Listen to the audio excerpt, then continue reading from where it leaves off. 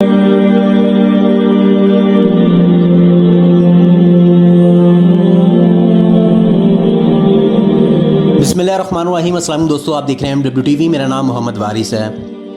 हर दौर में इंसान अपनी ज़रूरियात ज़िंदगी की तकमील की खातिर कायनात की मुख्तलिफ़ अशिया के माबैन रब्त पैदा करके कुछ ना कुछ इख्तरा व इजादात करता रहता है। लेकिन अगर हम इस्लाम के अहद ज़री खिलाफत राशिदा से लेकर मुसलमानों के अरूज के रूबा ज़वाल होने तक के अदवार पर नज़र डालें तो ये बात तश्ते इज़बाम हो जाएगी कि अगर दुनिया ख़ुसूसन मगरबी दुनिया तासुब व तंग नज़री का ऐनक उतार कर हकीकत पसंदी और हक़ शनासी के ऐनक से देखे तो महव हैरत रह जाएगी।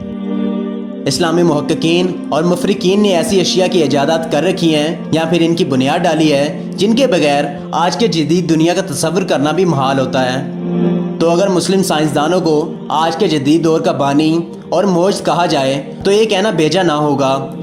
आज की इस वीडियो में मैं आपके साथ चंद अहम ऐसी इजादात का तज़किरा करूंगा जिन्होंने इंसानी ज़िंदगी में इनकलाब बर्पा कर दिया और वह तमाम की तमाम मुसलमानों ने बनाई थी या फिर मुसलमानों ने इनको ईजाद किया था।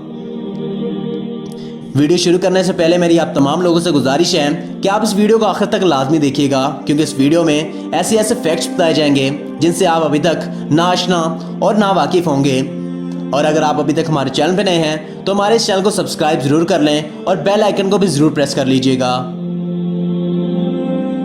मैथमेटिक्स की एक नई शाख जिसका नाम अलजबरा है, इसको किसी और ने नहीं बल्कि मुसलमान साइंसदान ने ही पूरी दुनिया से मुतारिफ़ करवाया था। मोहम्मद इब्न मूसा अल-ख्वारिज़मी वो पहले साइंसदान हैं जिन्होंने हिसाब और अलजबरा में फ़र्क किया और अलजबरा को बाकायदा रियाजी की सनफ़ के तौर पर रोशनास कराया।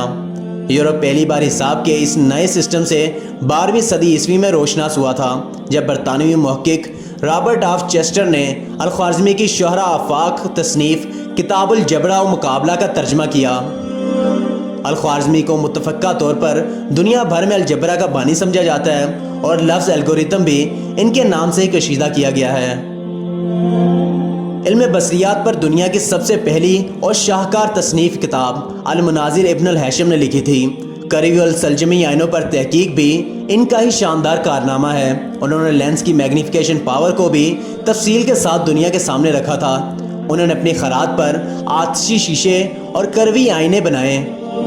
हदबी हदसों पर इनकी तहकीक और तजर्बात से यूरोप में माइक्रोस्कोप और टेलीस्कोप की ईजाद मुमकिन हुई। इब्न अल-हैशम ने मुहराबदार शीशे पर एक नुक्ता मालूम करने का तरीका ईजाद किया जिससे ऐनक के शीशे दरियाफ्त हुए थे।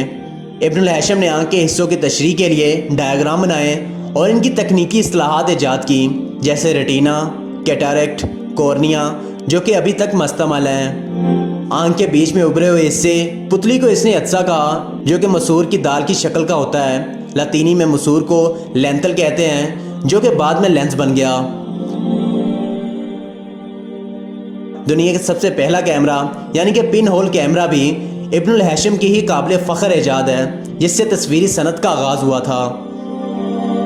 काफ़ी जो कि आज पूरी दुनिया में बड़े शौक से पी जाती है और अपने आप को एनर्जेटिक रखने का एक बहुत अच्छा ज़रिया है। इसको भी मुसलमानों ने पूरी दुनिया के सामने मुतारिफ़ करवाया था। खालिद नाम का एक अरब इथियोपिया के एक इलाके काफ़े में एक रोज़ बकरियाँ चढ़ा रहा था। इसने महसूस किया कि इसके जानवर एक ख़ास किस्म की बूटी खाने के बाद चाको चौबंद हो गए थे। चुनाचा इसने इस दरख्त की बेड़ियों को पानी में उबाल कर दुनिया में पहली काफ़ी तैयार की। इथियोपिया से काफ़ी बैन यमन पहुंची, जहां सूफीज़म से वाबस्ता लोग सारी सारी रात अल्लाह का जिक्र करने और इबादत करने के लिए इसको इस्तेमाल करते थे। 15वीं सदी में काफ़ी मक्का मोज़मा पहुंची, वहां से तुर्की, जहां से 1645 में वेंस यानी कि इटली पहुंची। 1650 में इंग्लैंड लाई गई। लाने वाला एक तुर्क पास्को रोज़ी था जिसने लंदन स्ट्रीट पर सबसे पहली काफ़ी शॉप खोली थी। अरबी का लफ्ज़ कहवा तुर्की में कहवे बन गया, जो इतालियन में काफ़े और इंग्लिश में काफ़ी बन गया। तबीबों की रजिस्ट्रेशन का काम सन्नान इब्न साबत ने 943 में बगदाद में शुरू किया था। इसने हुक्म दिया कि मुल्क के तमाम तुलबा की गिनती की जाए और फिर इनका इम्तिहान लिया जाए। कामयाब होने वाले 800 तबीबों को हुकूमत ने रजिस्टर कर लिया और प्रैक्टिस के लिए सरकारी सर्टिफिकेट जारी कर दिए। मुतब चलाने के लिए लाइसेंस जारी करने का निज़ाम भी इसने ही शुरू करवाया था। देखते ही देखते पूरी दुनिया में डिप्लोमा देने और रजिस्ट्रेशन का सिलसिला शुरू हो गया, जो कि अभी तक राइज है। आपको अपने हर एक सेकंड, हर एक लम्हे की फ़िक्र होती है। इसी वजह से आप अपने साथ एक घड़ी या फिर मोबाइल में टाइम ज़रूर सेट करके रखते हैं। लेकिन क्या आप ये जानते हैं کہ اس کارآمد چیز کو بھی مسلمانوں نے ہی ایجاد کیا تھا، جس کی وجہ سے آج پوری دنیا ایک ٹائم ٹیبل کے لحاظ سے چل رہی ہے۔ یورپ سے 700 قبل اسلامی دنیا میں گھڑیاں عام استعمال ہوتی تھیں۔ خلیفہ ہارون رشید نے اپنے ہم عصر فرانس کے شہنشاہ شارلیمان کو گھڑی تحفے میں بھیجی تھی۔ محمد ابن علی خراسانی دیوار گھڑی بنانے کا ماہر تھا۔ اس نے دمشق کے باب جبرون میں ایک گھڑی بنائی تھی۔ اسلامی اسپین کے انجینئر المرادی نے ایک واٹر کلاک بنائی جس میں گیئر اور بیلنسنگ کے لیے پاری کو استعمال کیا گیا۔ مصر کے ابن یونس نے گھڑی کی ساخت پر رسالہ لکھا جس میں ملٹی گیئر ٹرین کی وضاحت ڈائیگرام سے کی گئی۔ جرمنی میں گھڑیاں 1525 اور برطانیہ میں 1580 میں بننا شروع ہو گئی تھیں۔ ایک وقت تھا کہ مسلمان پوری دنیا میں چھائے ہوئے تھے اور انہوں نے تقریباً پوری دنیا بھی فتح کر رکھی تھی، اور مسلمانوں کی عظیم ترین سلطنت عثمانیہ جو کہ 3 بر اعظموں تک پھیلی ہوئی تھی، اس کا جنگی ساز و سامان ایسا تھا کہ پوری دنیا اس پر رشک کرتی تھی اور اس کو کاپی بھی کرتی رہی۔ سلطنت عثمانیہ میں معطران یا پھر معطر خانے کے نام سے منسوم دفتر جنگ کے دوران جنگی ساز بچایا کرتا تھا۔ محققین کے مطابق سلطنت عثمانیہ وہ پہلی حکومت تھی جو کہ جنگوں کے دوران فوجی ساز کا مسلسل استعمال کیا کرتی تھی۔ جب تک کہ جنگ ختم نہیں ہو جاتی تھی یہ ساز یوں ہی بجتے رہتے تھے۔ یورپ نے عثمانیوں سے جنگ کے دوران جب سازوں کو نفسیاتی اعتبار سے انتہائی کارآمد دیکھا تو انہوں نے بھی اس چیز کو اپنا لیا۔ عام طور پر جہاز کی دریافت کو رائٹ برادران سے جوڑا جاتا ہے، مگر حقیقت نہیں ہے۔ رائٹ برادران سے 1000 سال قبل اندلس کے ایک اسٹرونومر، میوزیشین اور انجینئر عباس ابن فرناس نے سب سے پہلے ہوا میں اڑنے کی کوشش کی تھی۔ ایک مورخ کے مطابق 852 میں اس نے قرطبہ کی جامع مسجد کے مینار سے چھلانگ لگائی تھی تاکہ وہ اپنے فضائی لباس کو ٹیسٹ کر سکے۔ اس کا خیال تھا کہ وہ اپنے گلائڈر سے پرندوں کی طرح پرواز کر سکے گا۔ 875 میں اس نے گلائڈر سے ملتی جلتی ایک مشین بنائی جس کے ذریعے اس نے قرطبہ کے ایک پہاڑ سے پرواز کی کوشش بھی کی تھی۔ یہ فضائی مشین اس نے ریشم اور عقاب کے پروں سے تیار کی تھی۔ وہ لگ بھگ 10 منٹ تک ہوا میں اڑتا بھی رہا تھا، مگر اترتے وقت اس کو چوٹیں آئی تھی کیونکہ اس نے گلائڈر میں اترنے کے لیے پرندوں کی طرح دم نہیں بنائی تھی۔ دنیا کا پہلا ہسپتال قاہرہ میں احمد بن طولون کے دور حکومت میں 872 میں قائم کیا گیا، جہاں مریضوں کو مفت طبی امداد دی جاتی تھی۔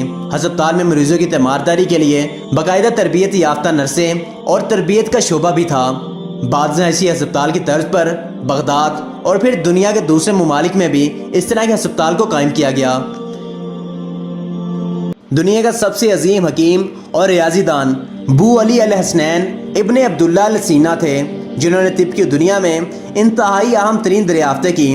طب کے موضوع پر لکھی گئی ان کی کتاب القانون صدیوں تک یورپ میں پڑھائی جاتی رہی، جبکہ ادویات کے لیے ان کی تصنیف الدوائیہ کو طب کی دنیا میں انجیل کا سا مقام حاصل ہے۔ علم طبیعت میں ابن سینا پہلا شخص ہے جس نے تجربی علم کو سب سے پہلے متعارف کروایا تھا۔ وہ پہلا طبیعت دان تھا جس نے کہا تھا کہ روشنی کی رفتار لامحدود نہیں ہے، جبکہ اس کی ایک معین رفتار ہے۔ اس نے زہرہ سیارے کو بغیر کسی آلہ کے اپنی آنکھ سے دیکھا تھا۔ اس نے سب سے پہلے آنکھ کی فزیولوجی، اٹانومی اور تھیوری آف ویژن بیان کی تھی۔ اس نے آنکھ کے اندر موجود تمام رگوں اور پٹوں کو تفصیل سے بیان کیا تھا۔ اس نے بتایا کہ سمندر میں پتھر کیسے بنتے ہیں، پہاڑ کیسے بنتے ہیں، سمندر کے مردہ جانوروں کی ہڈیاں پتھر کیسے بن جاتی ہیں۔ اس کے علاوہ بھی مسلمانوں کی بہت سی ایجادات ہیں، جن میں شیمپو، ٹوتھ برش، شطرنج کا کھیل اور بینکنگ سسٹم وغیرہ شامل ہیں۔ کسی بھی چیز کو بیچتے یا خریدتے وقت رسید بنانے کے علم سے بھی مسلمانوں نے ہی دنیا کو روشناس کروایا ہے۔ مسلمانوں نے سائنسی میدان میں 1000 سالہ انقلابی دور گزارا، مگر افسوس 15ویں صدی عیسوی میں اندلس کے عیسائیوں کے ذریعے مسلمانوں کو وہاں سے نکال دینا، وسط ایشیا میں تاتاریوں کے مسلسل کامیاب حملے، ہلاکو خان کے ذریعے بغداد کی تباہی، قاہرہ کی الزہرا یونیورسٹی کی لائبریریوں کا نظر آتش کرنا، مسلکی اختلافات کا پروان چڑھنا، یہ وہ اسباب تھے جن کی وجہ سے مسلمان زوال کا شکار ہو گئے اور ان کی سیاسی، علمی، سائنسی قوتیں مفلوج ہو کر رہ گئی ہیں۔